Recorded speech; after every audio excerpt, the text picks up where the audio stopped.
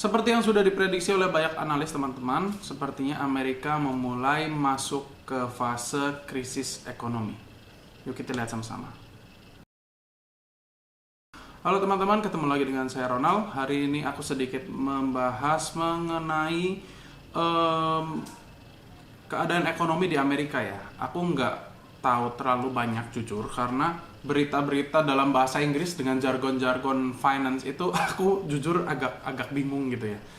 Tapi intinya kayak gini sih teman-teman. Kemarin itu beberapa hari yang lalu ya, itu ada sebuah bank yang mau bangkrut, namanya SVB atau Silicon Valley Bank. Bank ini setelah aku pelajari, dia mengalami kebangkrutan dalam tanda kutip karena banyak nasabahnya yang mengambil atau menarik atau mencairkan deposito mereka.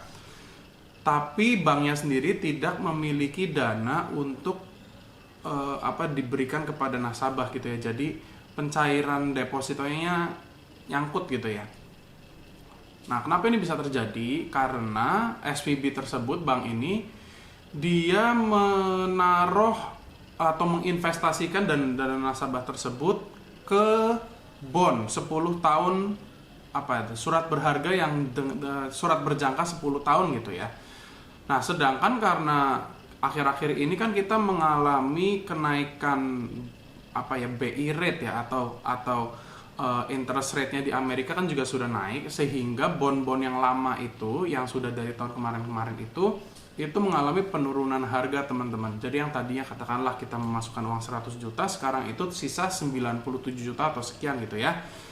Nah, jadi secara operasional bisa dibilang bank ini mengalami penurunan dana atau defisit lah ya. Karena yaitu investasinya mereka sedang minus sekarang. Meskipun nantinya setelah 10 tahun value-nya akan kembali ke face value gitu ya. Nah, lebih parahnya teman-teman, ternyata saat ini sedang ada 186, diperkirakan ya, sedang ada 186 bank lain di Amerika yang juga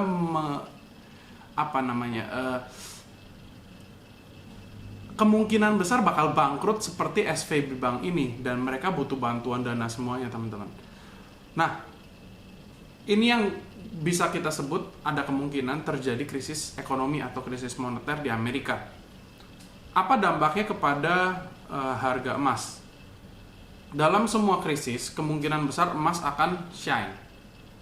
Kemungkinan besar. Apakah selalu? Aku nggak bisa jawab ya, aku juga nggak bisa jawab enggak, karena ya baru sekarang ini aku mulai mendalami.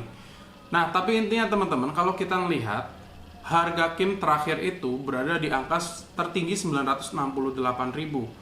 XAU-nya berada di angka 1990. Padahal teman-teman, pada saat kalau kita bandingkan di tahun 2020, XAU-nya itu berada di titik 206 sekian, 2060 sekian gitu ya.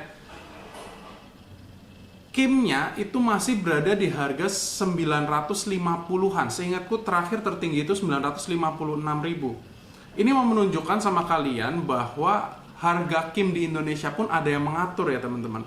Karena secara XAU bedanya itu $100 lebih, nggak $100 sih ya, mungkin $70 per troy ounce.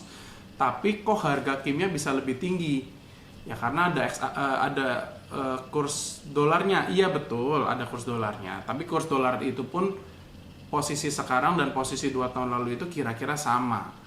Ya, jadi buat teman-teman yang masih suka investasi emas, sebetulnya masih bagus ya, karena emas itu selalu menjadi safe haven, yang benar-benar safe haven. Kalau misalnya terjadi sesuatu yang tidak menentu di dunia, pasti orang larinya ke emas. Oke teman-teman, sementara dari aku update-nya itu aja. Jadi kalau selama beberapa masa ke depan, apakah XAU-nya akan terus naik, apakah harga KIM-nya akan terus naik, semuanya dipengaruhi oleh berita-berita yang ada di Amerika. Apakah makin banyak bank yang bangkrut dan lain sebagainya, semakin tidak stabil, maka XAU-nya akan semakin naik. Gitu dulu teman-teman dari aku, semoga membantu buat kalian. Jangan lupa buat teman-teman yang baru join, silahkan subscribe, like, dan komen di video ini. See you teman-teman, saya Ronald, undur diri, bye-bye.